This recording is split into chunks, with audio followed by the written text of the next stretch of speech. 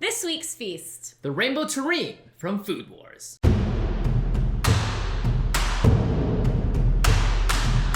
Alright, we've done a lot of recipes from Food Wars in the past, but this one might be the single most challenging one yet. I mean, more than just on Food Wars. Yet.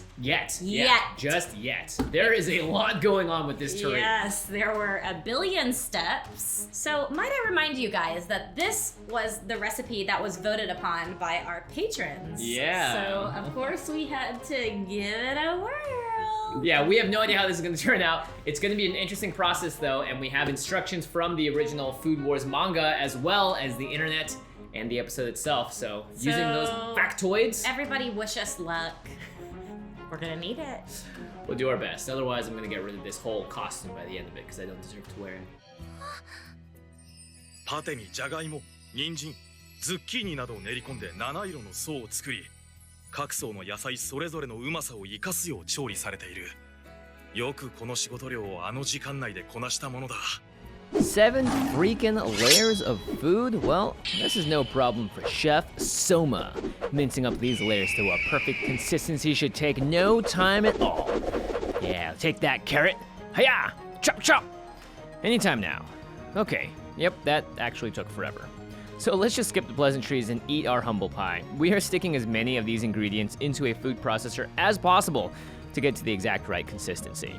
The remainder of our carrot layer in this terrine will use ground chicken in a pan, which I will then lovingly cut into the smallest pieces possible, and then combine the carrots with the meat with a little more butter, allspice, and some salt and pepper for flavor. Each of these layers will be coated by a mixture of fresh cream and eggs beaten all together to help bind it when it bakes. So mix it in at the end and remove it from the heat. Next, we have our spinach layer. So first bring a pot of water to a boil, then submerge your spinach for 30 seconds before removing and cooling with cold water.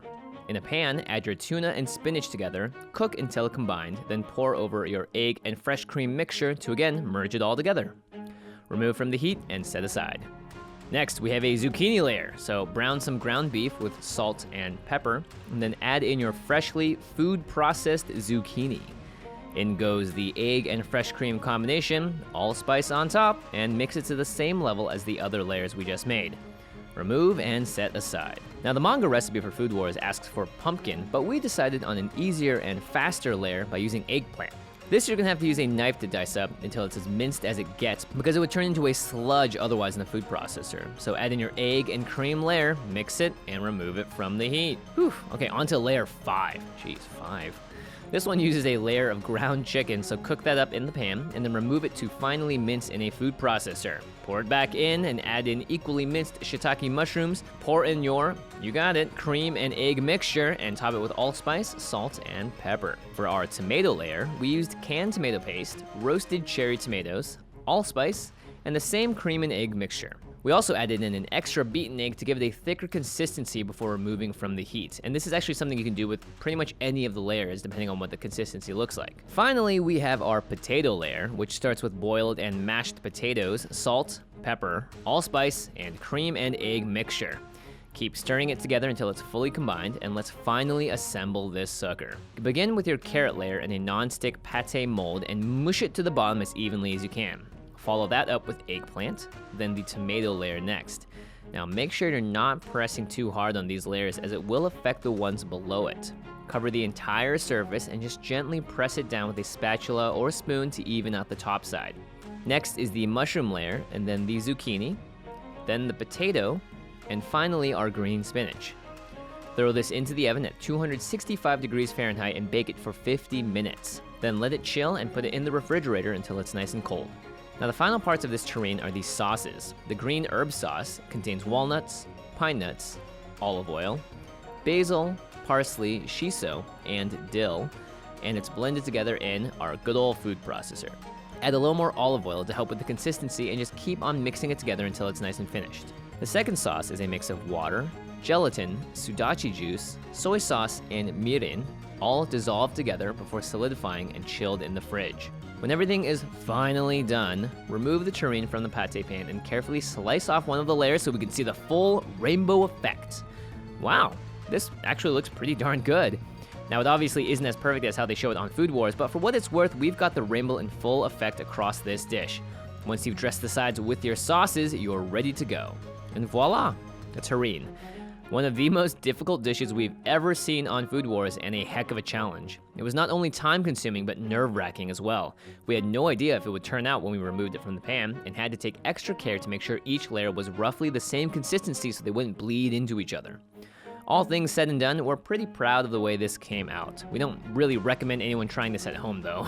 We personally think there are many more fun and easier Food Wars dishes to make at home, like the pineapple fried rice or apple risotto. You can find those all on our channel. Either way, feast up and enjoy the Rainbow Terrine from Food Wars. Who's that patron? It's Heather Buchanan! Heather! All right. Wow. It looks amazing. It looks really good. It has the full rainbow effect. Dude, we nailed it. Yeah, it does not look like it does on the show where it's like glistening and shiny and gelatinous or whatever, but it does look amazing. Look at that. Wow. Every single layer has such a distinct This is color. what you call hard work, my friend, and it is beautiful. Indeed. Okay, I think I'm gonna start with this half, which is the orange, yellow, and red half, and then I'll jump onto the other half after. Okay, I Dip guess it I into should the start with Soma. this. Cheers. Cheers. Whoa. This is weird.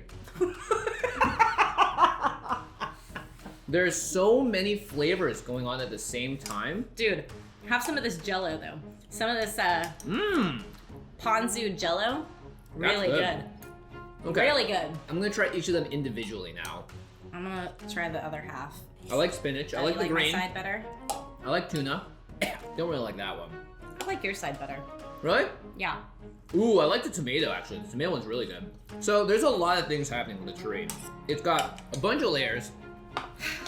There's allspice in all of them, so that's nice. It's also something that, I'm not gonna lie, for as long as it took us, and as much effort as it took, we had to clean that food processor out 7 times between each one of these. I don't recommend you make this at home. This is one of those Food Wars recipes, and we may go more into this in the future. It's one of those Food Wars recipes that looks amazing and has a lot of style when it's animated, but just doesn't turn out exactly how you want it to. Well, I would love to meet somebody with a acquired taste for this type of food because maybe my palate is not advanced enough because I don't quite understand it. But that doesn't mean that it's probably not very delicious to someone else out there. Somebody else may really enjoy it. But for me, I enjoy looking at it. I think it's beautiful. I think that we nailed that part of this We recipe. definitely got the aesthetic part of it down. I think the big thing for really me did. is that if we were to really sit down and test this a bunch, right? You would want to go into each one of the layers and figure out how exactly they're going to correlate and feel and taste with the next one, both in texture, in taste, whether you're going for savory or sweet. The only problem with doing 7 layers is that you're trying to find a way to make them all mishmash together at the same time. That's tough. Yeah, it is. It's very tough, and I think that we partially nailed it. I think we nailed the look. Yes, I think we we did nailed. nail the look. I think we nailed the actual creation of a terrine and not having it fall apart. Which is really important 100%. too. That is huge. And there's a lot to this. I think the thing about this sort of thing is that, again, in the animation, it's a really fun and pleasant idea, but it isn't exactly something that you would realistically do in real life. I think a terrine, if you really want to make it, simplify it. 2 layers, maybe. 1 layer. Huh. Don't go nuts with 7 of different colors. And see, because it's on the show, they want to make it look as visually appealing as possible too. So I think that's why they went for the full rainbow effect. Yeah, it kind of looks like rainbow spam. And we had to, of course, find ways to abide by the rainbow. And so that means using foods that give you that color. And then you're restricting yourself even more and more. But the manga had the whole thing good to go, and they had the instructions. But you know what? This is a tough one. I don't recommend it. And as such, I'm gonna remove the wig. I don't get to be Soma. Somos. I've lost the title. You know, Maybe the next episode we can put your red hair back on. you know what? We may have lost the food battle, but we did not lose the food war. No, we didn't. There is plenty more to come. This ridiculous wig shall return. It was a big fan favorite in the episode last time. Everyone was commenting on it. I got one of the hairs in my eyes, so yippee. Anyway, a big thank you to our patrons. over at patreon.com/feastoffiction because they recommended this recipe and they are the ones that forced us to make it. Thanks a freaking lot, Well, patrons. at the very least, we got to experiment with something that was definitely outside of our regular difficulty zone. On this show, we typically try to do foods that's easy for the viewer to make because I think that's the important part about Efficient, but good quality. None of us here are trained professional chefs. We're all very passionate about what we do, and I think that's the majority. That's 99.9% of the people out there. They don't have a chance to go to culinary school. So if you're at home and you want to make one of our other recipes, they're very simple. This one's on the complicated side, as food wars tends to do, but I do really like seeing whether or not the things they cook up on that show are possible. Yep, and it kind of is possible, right? It's not blow your clothes off good possible yet. Does anyone get their clothes blown off in that episode? Not actually when they eat this. They're just very amazed at the flavor. Oh, well maybe you guys will be amazed at the flavor. We definitely were amazed by the flavor. If you were to make this, I would recommend just doing 2 or 3 of the favorite kinds of the, if you're like, oh, I don't like spinach, but I do love carrots and tomatoes, then just do those ones and see what happens. I wouldn't recommend mixing tuna and chicken unless you're a cat. That's true. But you could probably feed this to your cat and they would be fine too. Totally, all of this stuff I feel like is very food safe for dogs or cats. It's literally just vegetables and Just tuna and chicken. conglomerated together in a paste that can then solidify. Kiwi is our target audience for the terrine. It's not a human. At least we know, again, if you're gonna make it, just simplify it. I think you'll enjoy it much more. And as always, let us know in the comments below what you want to see us make, and we take all the ridiculous requests. We do. We will tend to shy towards the one that are a little more simpler, but that's okay. But sometimes we don't, and we spend That's right. days and hours on this. Yeah.